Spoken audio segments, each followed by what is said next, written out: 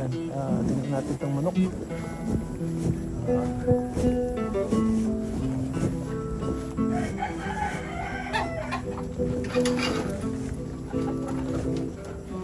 Manok, ang dami nilang ano. May natira pa silang ano, tag dito. May natira silang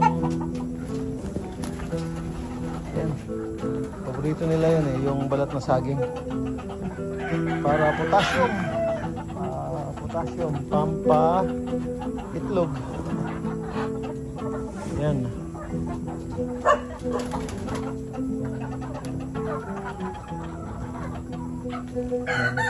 Yan. Kailangan makakuha yung ibang itlog dito. Ibang itlog.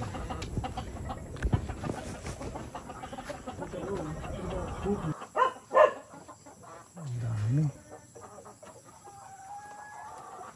Ang dami itlog, oh. Ang dami. Ang dami itlog. Yan, oh. Lahat ng ano. Lahat ng pugad, dami, walang naglilimlim. So hindi mabubuo yan. Hindi ano, kailangan harvestin. Kung ano lang yung may naglilimlim, yun lang iwanan. Jer, dami.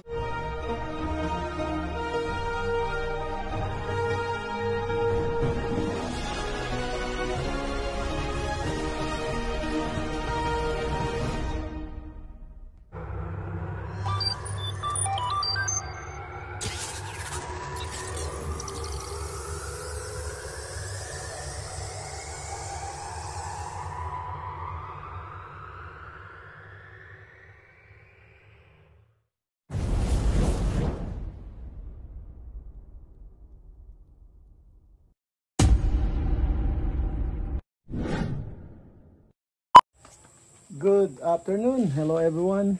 Welcome back to my vlog at Joy's Farm. Right, yan.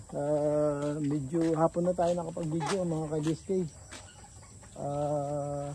Ito, dito tayo. Joy's Farm.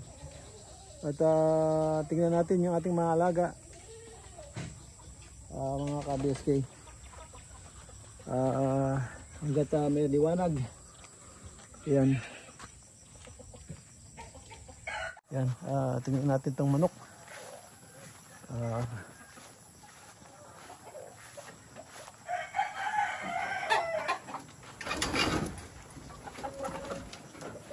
Manok, ang dami nilang ano. May natira pa silang ano, tag dito. May natira silang yan. Paborito nila yan eh, yung balat na saging. Para potassium. Potassium, pampa itlog. Yan.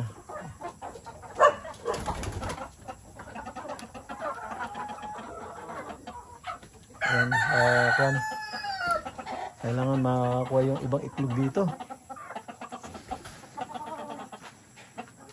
Yan natin yung ibang itlog.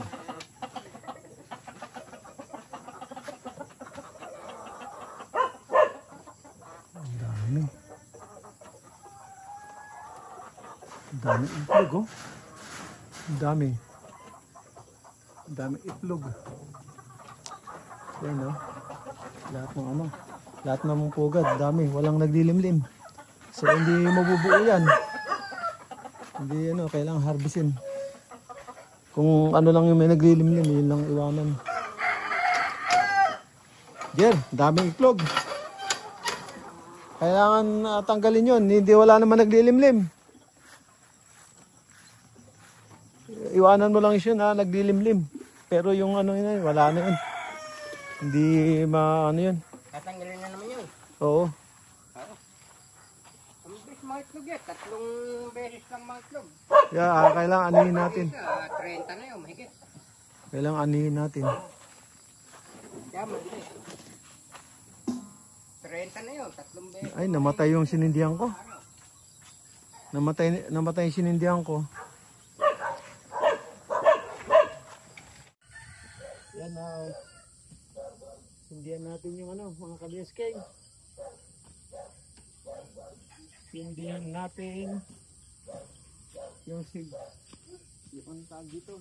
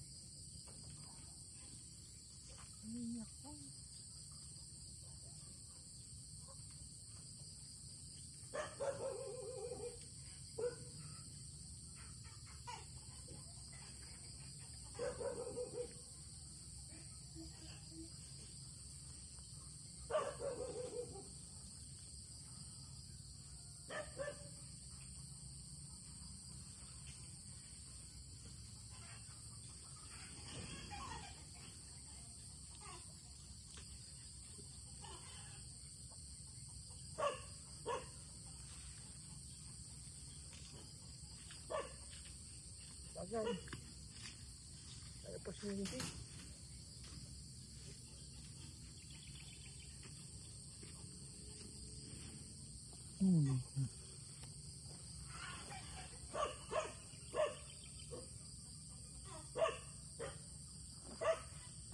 Yan, sana ano na. Tawag dito. Yan, sana sumindi ng todo para bumaba yung basura.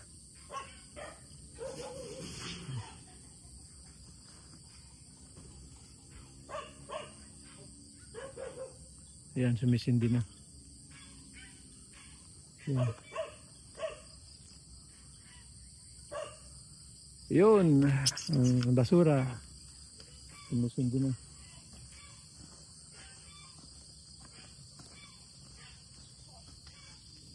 Yan, tingnan natin yung ano. Tingnan natin yung mga kambing sa mga alaga natin dito. Yan. Ayan si ano. Si Michael.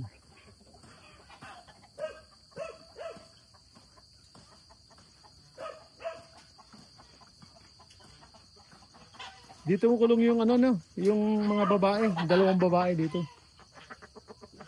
Para masanay sila. Dalawang babae dito. Para pag nabuntis, doon na sila mag-steady. Dito sa dalawa na ito na malaki. Patali ko sa gas. Yung pinakakulong. Ha? Walang pinto yung siya. Walang pinto yung isa. Yung isa, pabayaan mo lang siya nakawala. Siguro.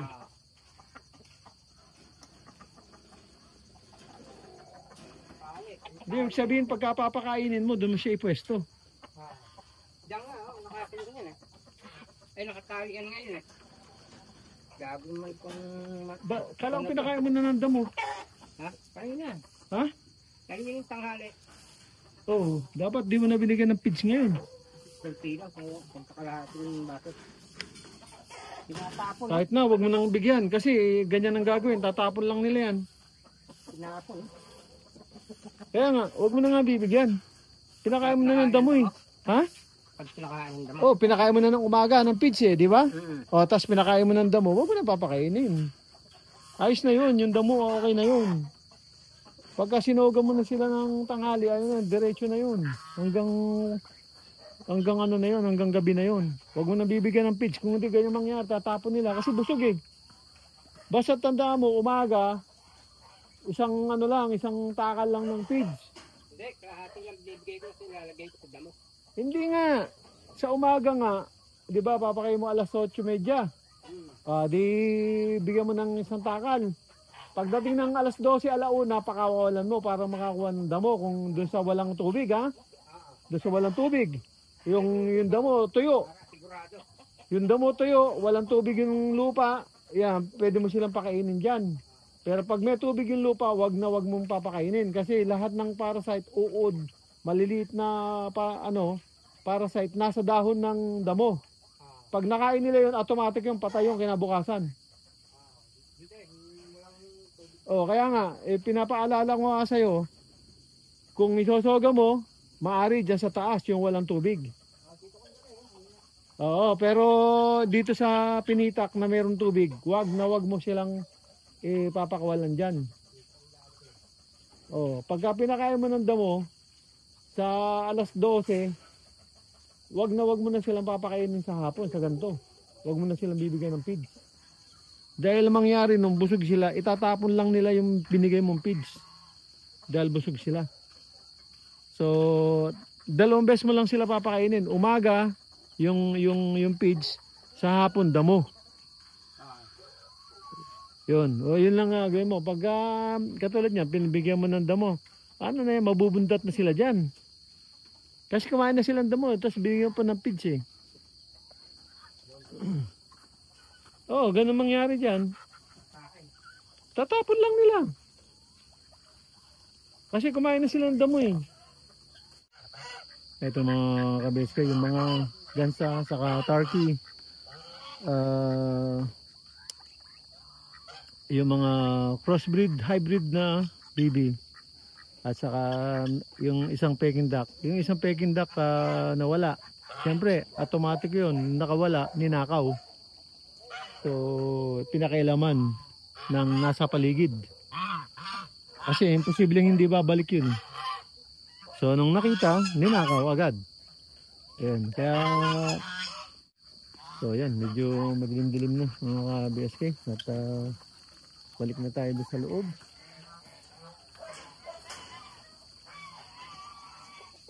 Hindi nangihiklog to. Hindi nangihiklog kahit isa. Dapat yan. Tinignan mo yung ano, tinignan mo yung... Tinignan mo nga yung mga gulong, wala.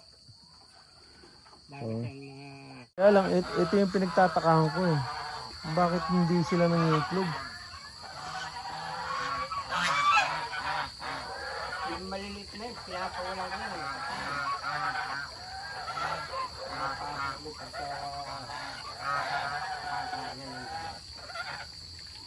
Ayun o, tiyan mo. Ganyang kataas nakakatalon sila. So, hindi, tatambakan natin para nun hindi inaabutan ng tubig. Hindi inaabutan ng tubig. Oo. So, maaaring mag-ano tayo. Maaaring magtulos ba. Tapos lagyan din ng kawayan tulad ng ginawa namin dito. Tapos tatambakan natin ng buhangin. Pagkatapos iayos natin yung mga gulong. Kasi ito, dapat to may gulong din sa ano eh. Dito sa kwan eh, pagka nagawa na tong kwan. Kasi nangiklog din yung pabo dyan eh. Gusto rin ng pabo dyan, oo.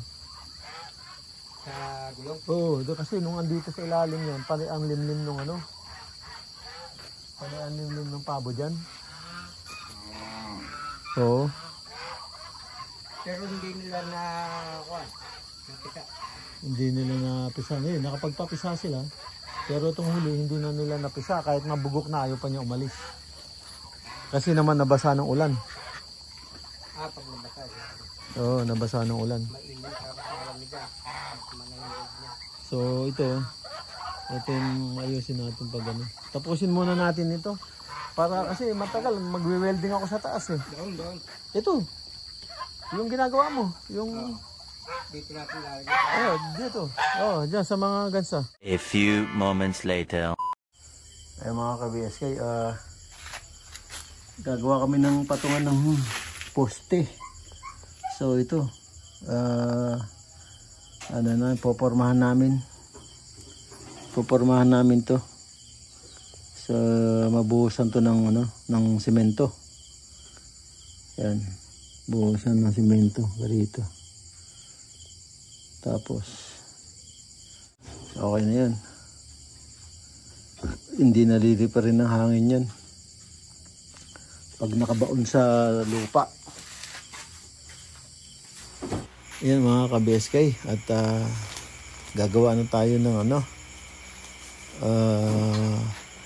DIY bisagra, yung tulad ng ginawa ko una. Kukumpletuhin na natin lahat ng pintuan at para tapos na yung mga kwarto ng bahay ng kambing. Ayan, tingnan natin kung makapag-welding tayo ngayon. Pero matagal, puputulin ko pa to, mga 8 yung gagawin ko eh. Ayan, samahan niyo po ako mga ka-BSK itong paggabi na to, kung saan tayo aabot. Ayan, mag-uumpisa na tayo ng paggawa ng puputulin ko muna lahat ng 8 bago weldingin para sunod-sunod. Ayan, samahan niyo po ako mga ka-BSK.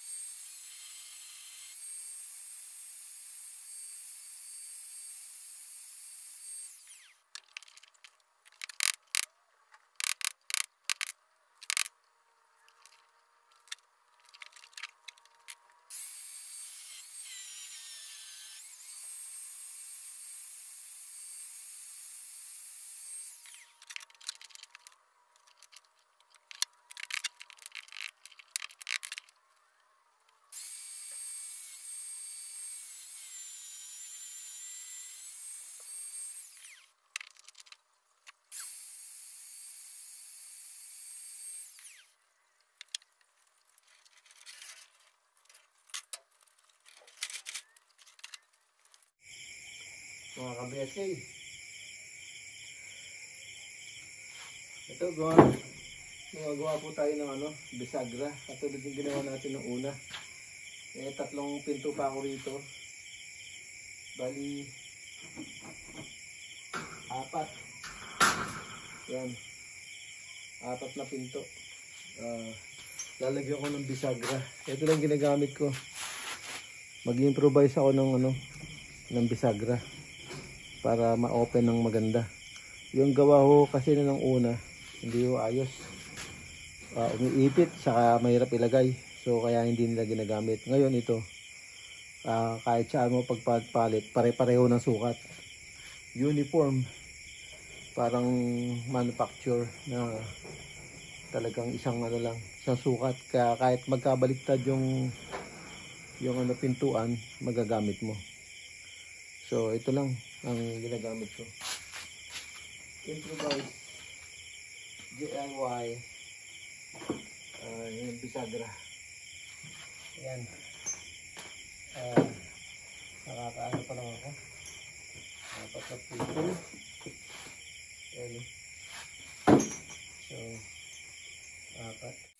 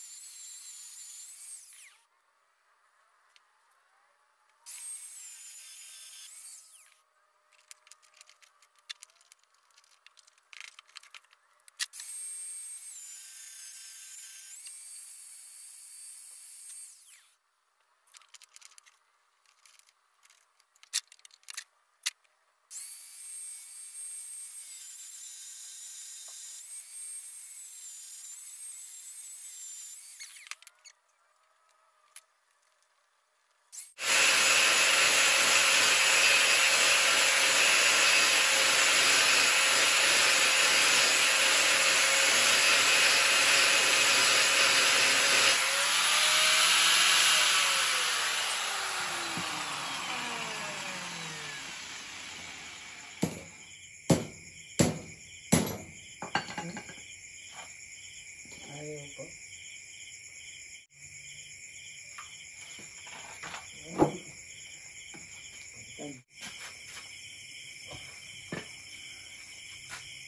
Ayan mga ka-BSK. Tapos na po. Nakaputog ko na lahat. So, weldingin na lang po. Bukas na lang at late na po ng gabi. At yun. Naputo ko na po lahat na 8 piraso. Ayan. So end up na po ako dito sa aking simpleng video mga ka-BSK. Yeah, at kita-kita po tayo sa sunod na upload. Ayan, at thank you for watching. Ingat po kayo dyan and God bless. Bye bye. Bye bye.